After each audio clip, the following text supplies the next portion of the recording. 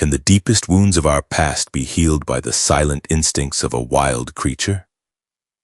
When a feral German shepherd appears at my cabin carrying a missing child's shoe, his desperate choked whine forces me into a deadly blizzard to track a scent everyone else ignored. We follow his bleeding paws to the edge of a frozen abyss, but as the icy rope slips from my hands, threatening to pull the little girl down into the darkness. Please subscribe to Canine Instinct and let us begin this journey of survival.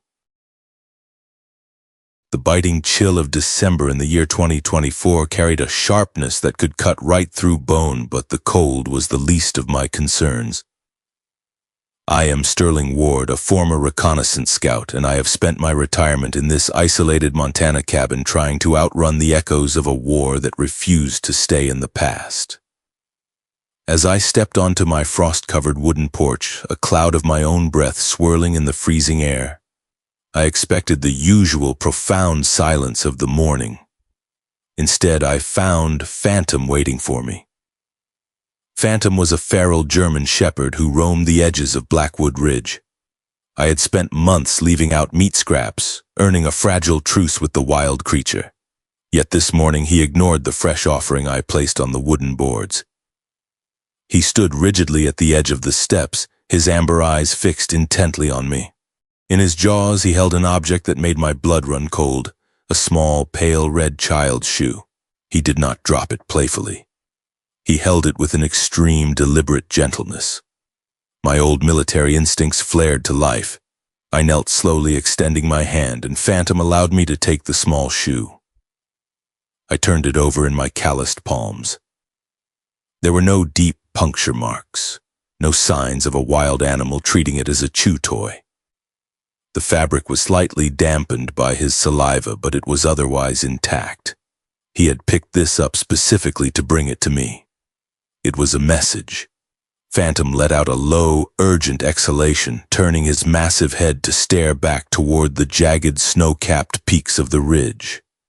His eyes were pleading. I hurried back inside the cabin, leaving the door ajar, and went straight to the emergency mountain radio. It was a standard communication line meant for the isolated residents of the region to reach the local station. I gripped the microphone and called for Marge, the town dispatcher, quickly relaying the discovery of the shoe and the dog's strange behavior.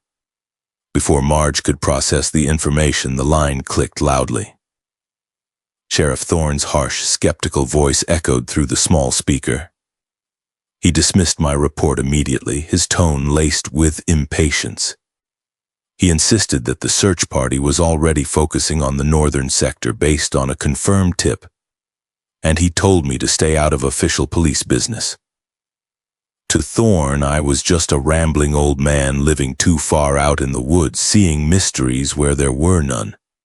The radio connection terminated with a sharp metallic snap, leaving me staring at the silent receiver. Just then, Phantom stepped into the doorway.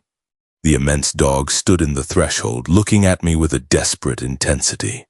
From deep within his throat, a choked, trembling whine began to rise. It was not a normal canine sound.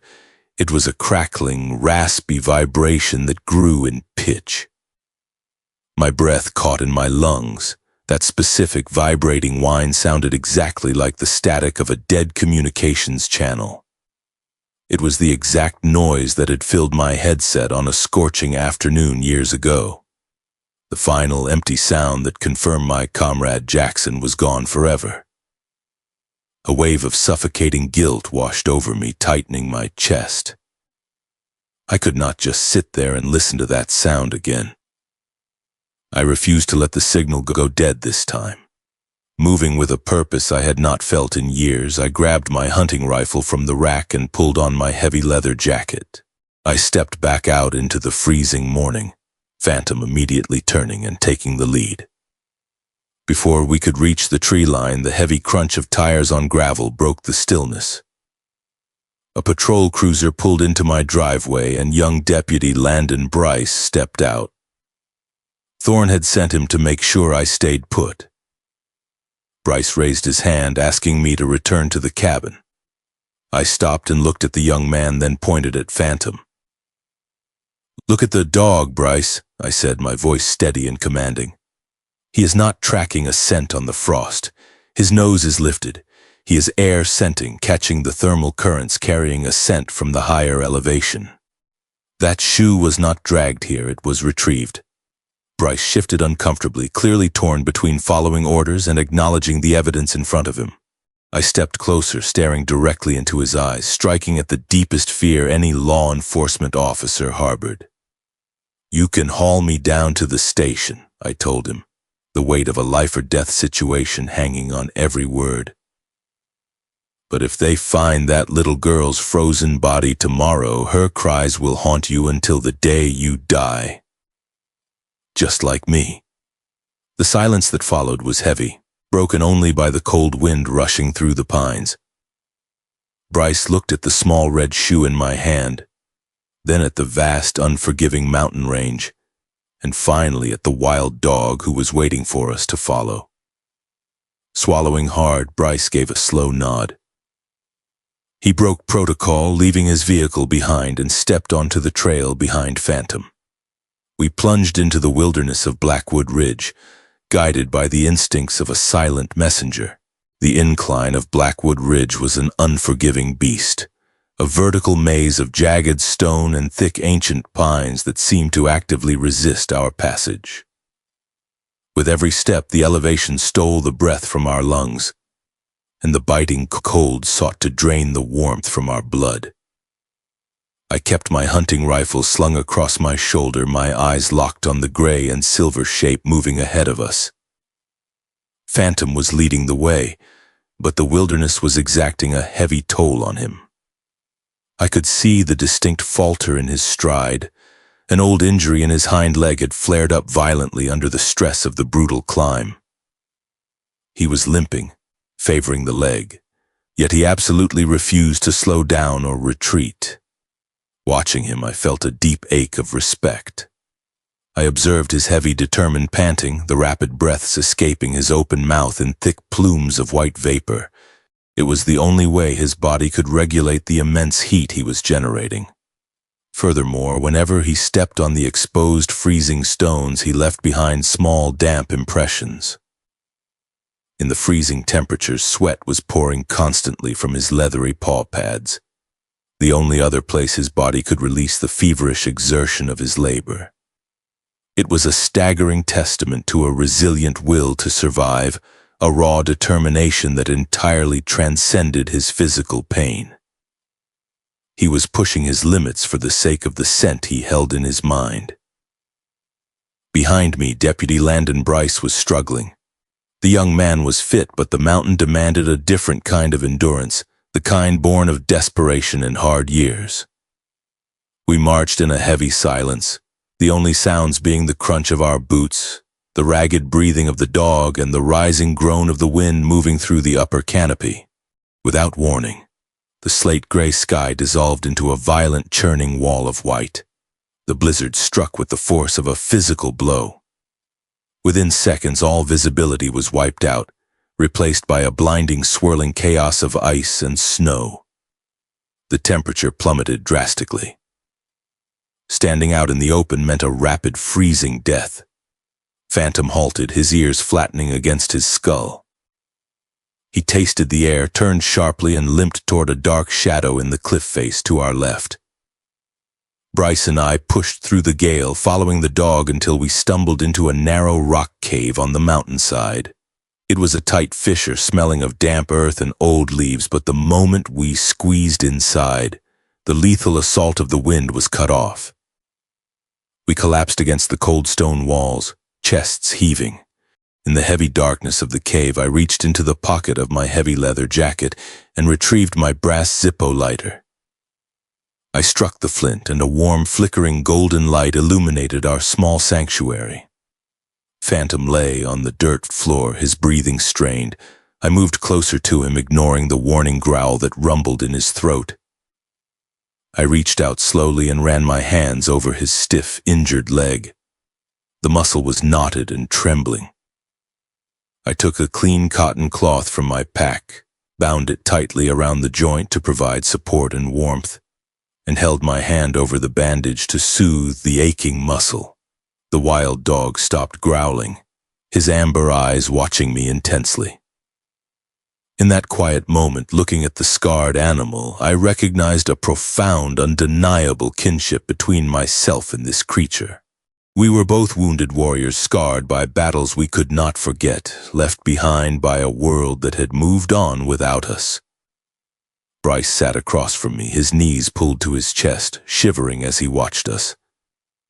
"Why are you doing this, Sterling?" the young deputy asked, his voice barely rising above the storm outside. "Why risk everything for a feral dog and a faint trail?" I kept my hand on Phantom's leg, staring into the flickering flame of the lighter. Over the continuous shrieking roar of the howling wind outside, I finally opened up. "I was a reconnaissance scout," I began, my voice steady but hollow. "Years ago, my unit was pinned down in a valley. My spotter, Jackson, was separated from me. He radioed for help. I was coming for him, but I was too far away. The last thing I heard over the communications channel was his voice, followed by a thick, vibrating wave of static.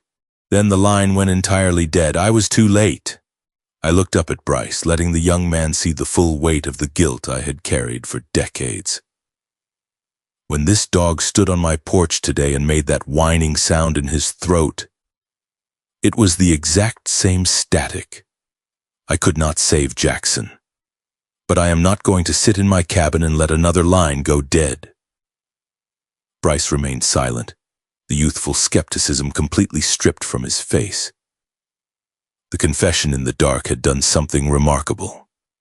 It had erased the rigid boundaries between a haunted veteran, an inexperienced rookie, and a wild, injured animal. Sitting together in the flickering light, surrounded by a frozen wasteland, we had forged a solid, unbreakable bond. We were no longer three separate souls.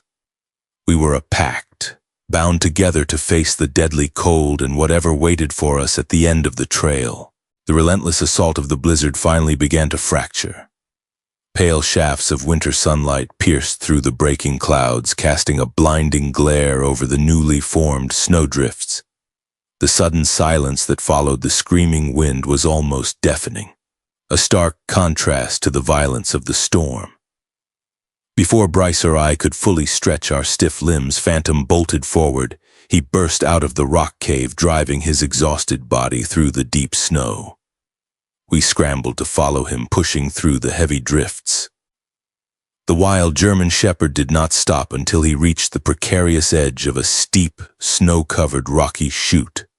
There, at the precipice of the terrifying drop, his strength completely abandoned him.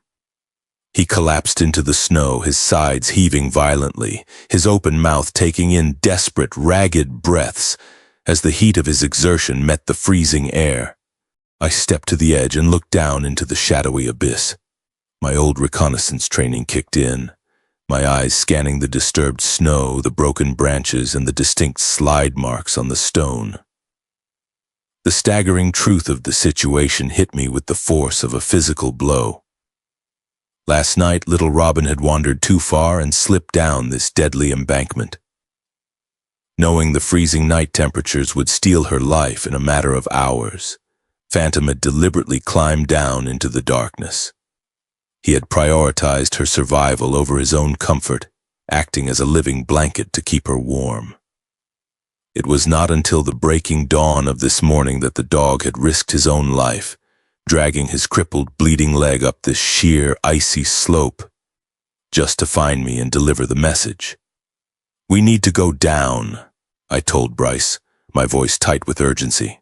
We quickly secured our climbing ropes to a massive, ancient pine tree near the edge. I clipped myself into the harness and rappelled down into the frozen chute, Bryce following closely behind me. The descent was treacherous, the icy rocks tearing at our gloves and boots. Near the bottom, tucked behind a jagged boulder, I found it. It was a small snow cave instinctively dug out by heavy paws. As I crawled inside, I was hit by a thick wall of trapped heat and the distinct musky scent of a wild hound. Lying in the center, curled into a tight ball, was Robin. Her lips were pale and her small body was frighteningly still. Panic seized my throat. I pulled off my heavy leather glove and pressed my ear directly to her chest. I closed my eyes, terrified of what I would or would not hear. For years, in moments of extreme stress, the agonizing static noise of that dead radio channel had flooded my mind, drowning out everything else. But in that tiny, dark snow cave, the static vanished. It was completely wiped away, replaced by the faint, steady, rhythmic beating of a human heart. She was alive. "I have her!" I yelled up to Bryce. I secured Robin in a secondary harness, wrapping her tightly in my spare emergency blanket. We began the arduous climb back up. The incline was brutal.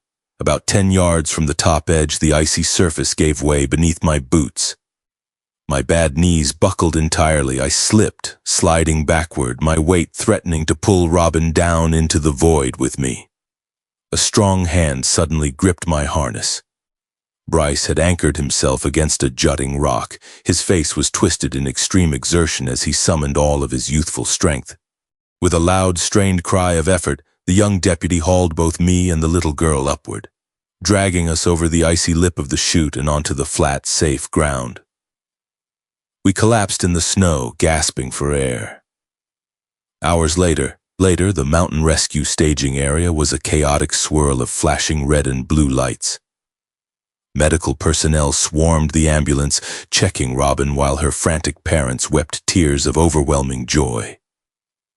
Sheriff Thorne stood nearby, watching in stunned silence.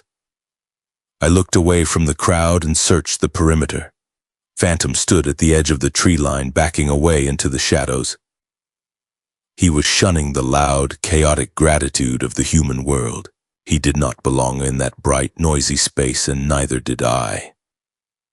Understanding his alienation perfectly, I walked past the cheering responders and approached my old battered truck. I pulled open the passenger door, took off my familiar worn leather jacket and tossed it onto the seat. I did not call out or issue a command. I simply left the door open and walked around to the driver's side. From the corner of my eye, I watched the wild creature emerge from the trees. Gathering his very last ounce of strength, Phantom leaped into the cabin. He circled once and curled up tightly on my jacket, letting his heavy head rest on his paws. I climbed into the driver's seat, started the engine, and together we left the crowd behind, heading home.